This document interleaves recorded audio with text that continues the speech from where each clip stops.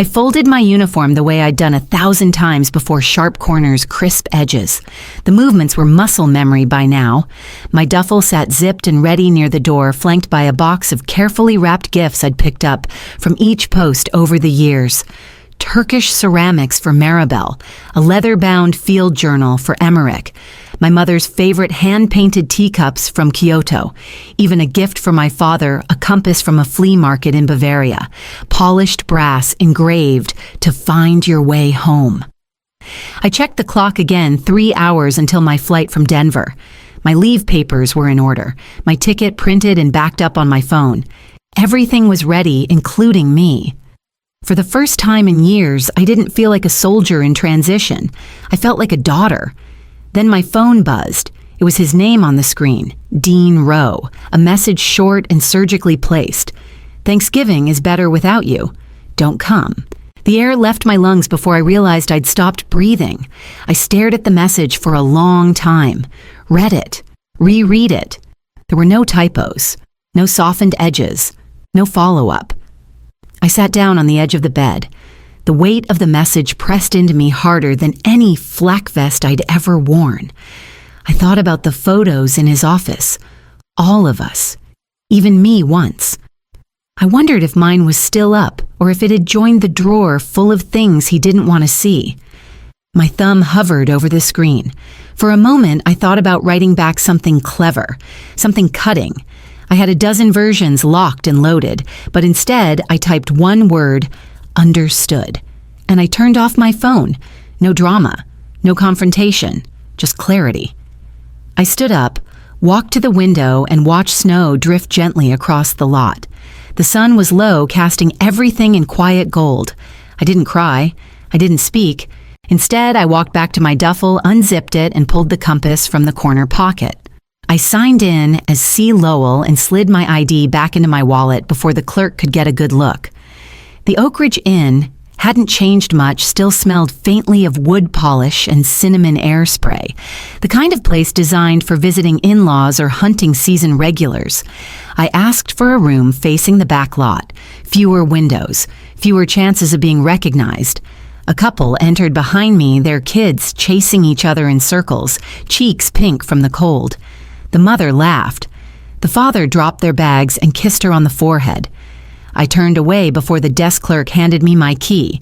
Room 212, a soft bed, a single chair, a welcome basket with cranberry scones I didn't want but ate anyway. I pulled out my phone, now back on, and deleted 3 old voicemails from my father, each a reminder of his voice, when it still held obligation but no warmth.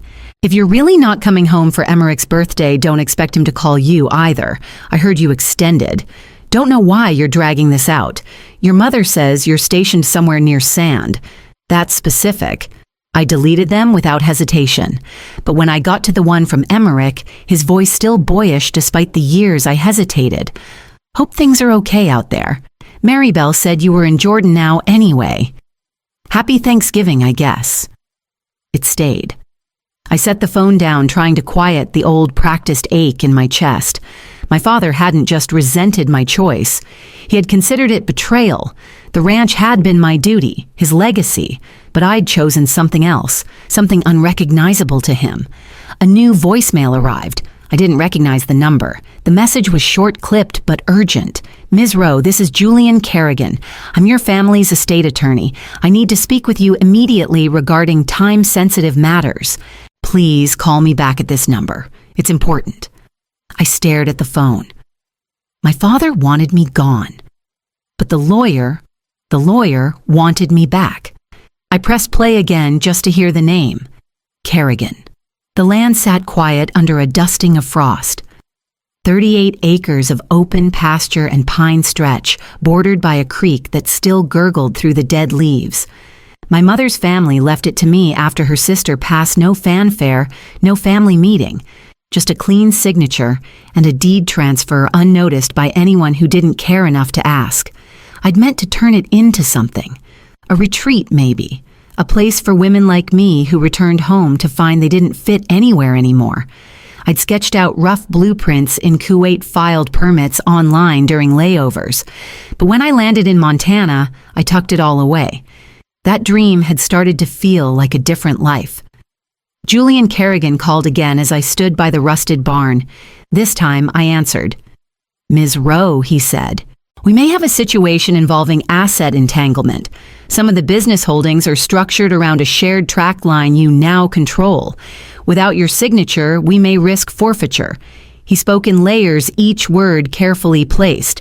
But what he meant was clear. They needed me whether my father wanted me or not.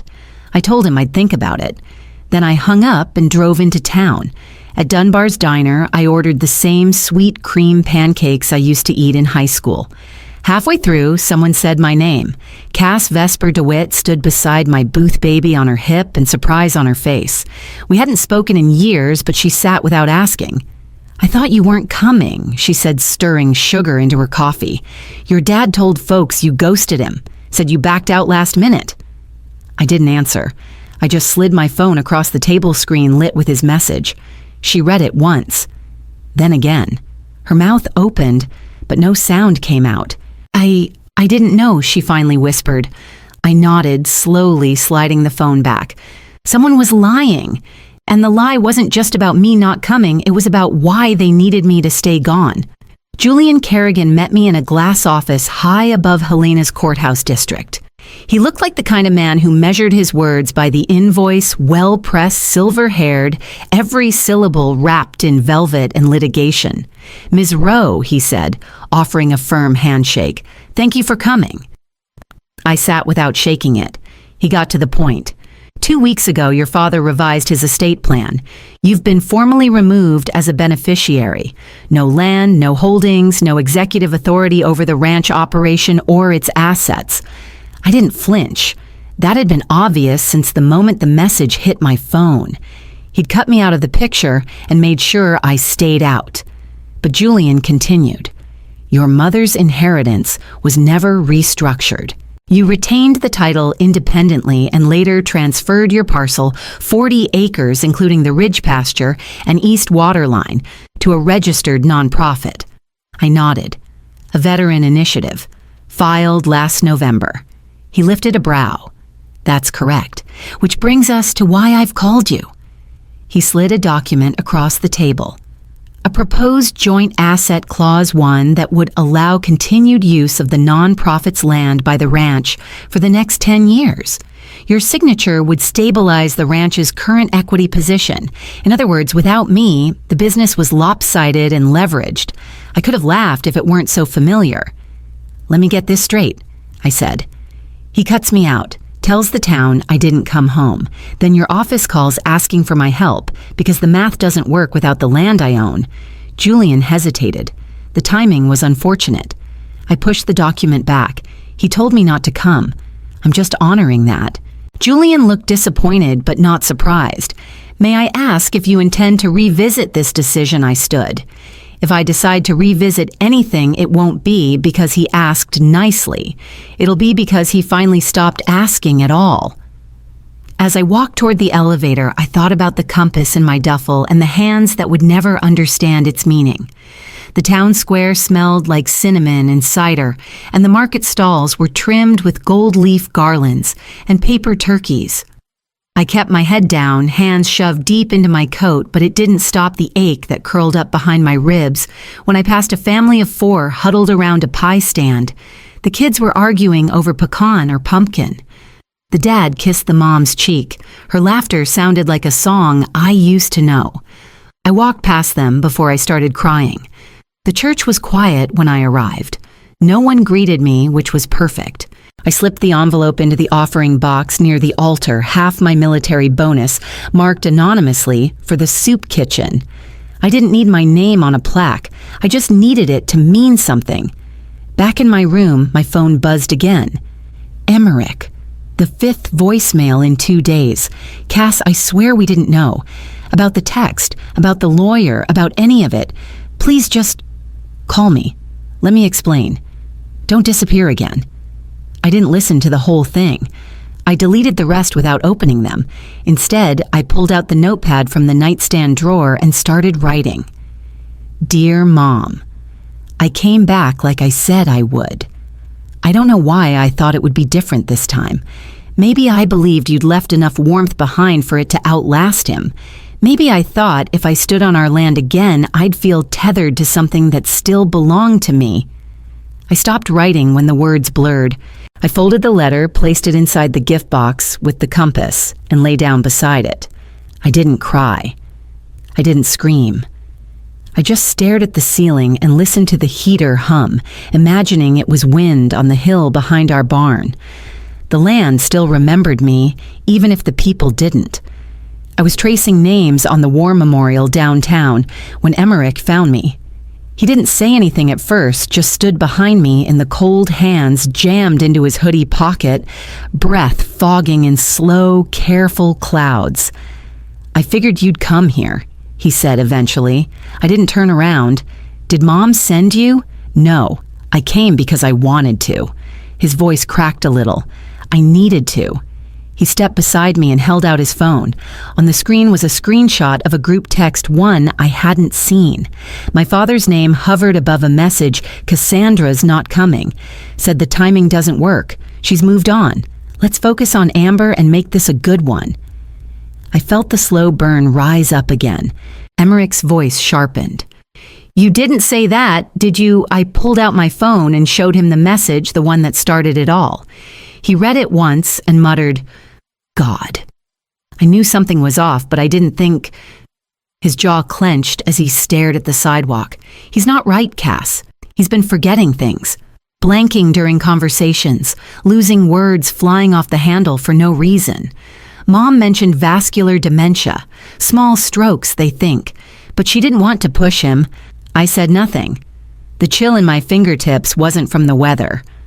"I'm not asking you to excuse it," he added. "I'm just saying."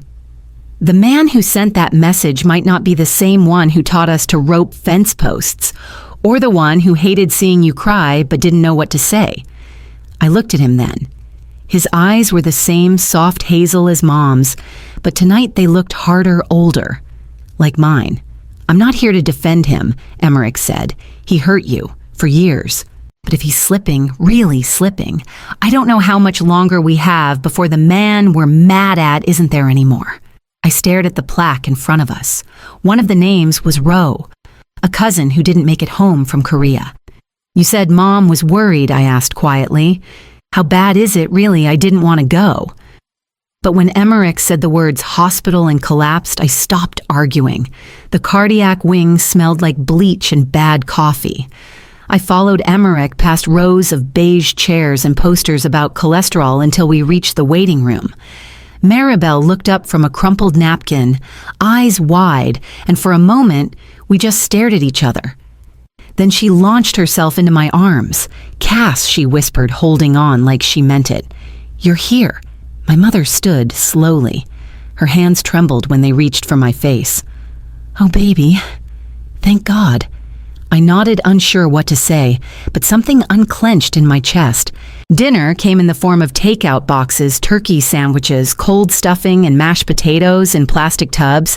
We sat in a loose circle, nurses weaving past us, the murmur of machines behind closed doors. "I thought you didn't want to see us," Maribel said, between bites, not accusing, just broken. "You never wrote back," Mom added. "We thought maybe the military changed you." I looked at them, these people who used to be my everything, and shook my head. "I wrote," I said, "every week, emails, letters, photos, stories." They exchanged confused glances. "You never got them, did you?" I asked. Mom's lips parted. "He always got the mail first, always said nothing came." I reached into my bag and pulled out my phone, opened the drafts, showed them years of sent emails. Mom's face fell. "I found something," she whispered.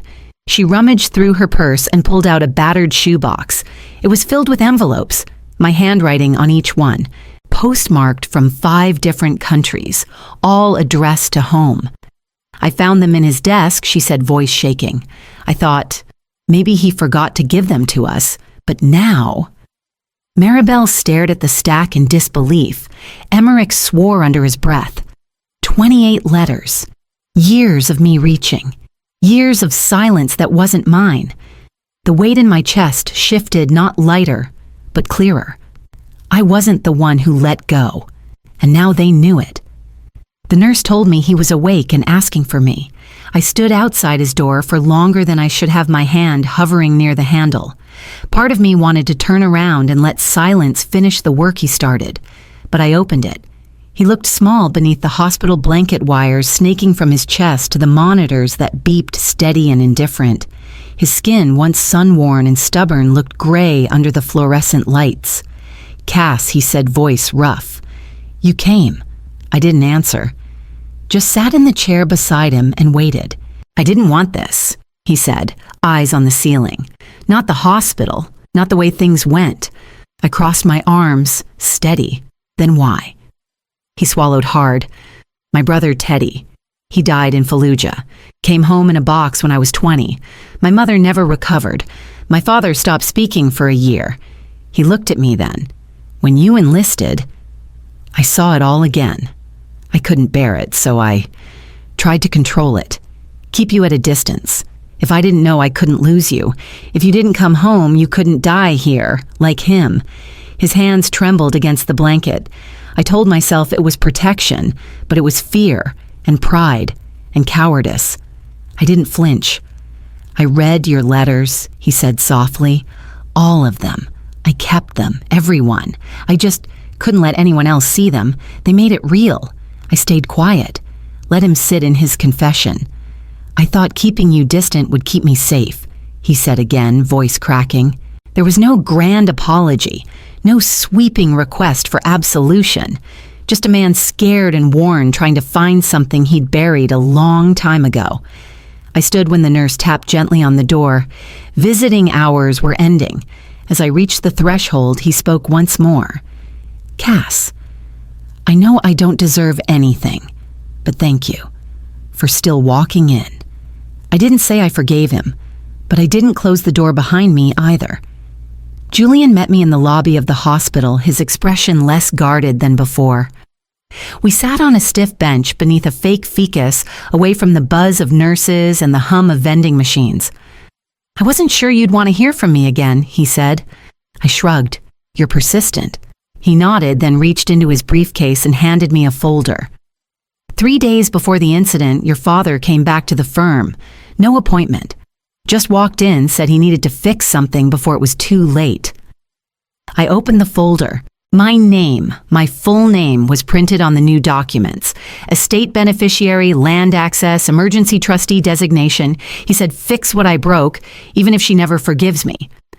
The words sat between us heavier than any legal title. I closed the folder. "I'm not going back to the ranch." Julian nodded. "That's not what this is about anymore." He was right. My father could keep his fences and livestock. What I cared about lived 20 miles east, where frost clung to pines and a clearing waited for a new beginning. Back at the inn, I pulled out the blueprints I hadn't looked at in months. The Center for Veteran Women counseling rooms shared gardens bunks that didn't feel like bunks. I began sketching changes: a larger gathering space, 8 ramps, a meditation trail that looped near the creek. The land had always known I'd come back. Late that evening, Maribel called. We talked about hospital updates, Emmerich's awful attempts at cooking, and how Mom insisted on putting up the Christmas tree early. Then she asked, "Will you be here for Christmas?" I stared at my reflection in the dark window. My hand rested on the compass still sealed in its gift box. Maybe I said. It wasn't a promise, but it wasn't a no. When I hung up, I kept the line open a second longer, listening to the silence after her voice. The kind of silence that held space instead of pushing me out. I picked up the compass and held it in my palm, steady and unshaking. I returned to the hospital just before visiting hours ended, the gift box tucked under my arm like something fragile and necessary. The hall outside his room smelled of antiseptic and lemon polish. I knocked once before pushing the door open. Dean looked smaller than before, not just physically, but like a man who had finally seen what years of fear and pride had cost him. He sat up when he saw me, a flicker of surprise in his eyes. I brought something, I said, placing the box on the tray beside his bed. He hesitated before unwrapping it, his fingers slow and deliberate. When he opened the lid and saw the brass compass, he froze. Turning it over, he read the engraving aloud. "To find your way home." His throat moved, but no sound came. After a long pause, he said, "I didn't think I deserved this." "You don't," I replied. "But maybe one day." We didn't talk after that. Not about letters or inheritance or the years between us. We just sat there, the quiet, stretching comfortably for the first time. Not healed, but not strangers anymore either. When the nurse gently ushered me out, he didn't say goodbye, just nodded, the compass still resting in his hand. Outside, night had settled softly over the town. I walked through the square, past the market stalls, now empty, twinkling lights reflecting off the frost-laced pavement. As I passed the food pantry, I heard laughter inside, pots clanging, volunteers joking, someone humming off-key. I stopped for a moment, hand resting on the door frame. Then I smiled, not because I was part of it, but because I'd helped it happen. The church bell chimed behind me, echoing through the cold air. I walked on, not toward the ranch, not back to who I was before the letters went missing and silence became my inheritance. I walked toward the land that bore my name, the blueprints folded in my coat pocket, the memory of 28 letters stitched back into the fabric of who I am. It wasn't home yet, but it was mine, and I was building something better.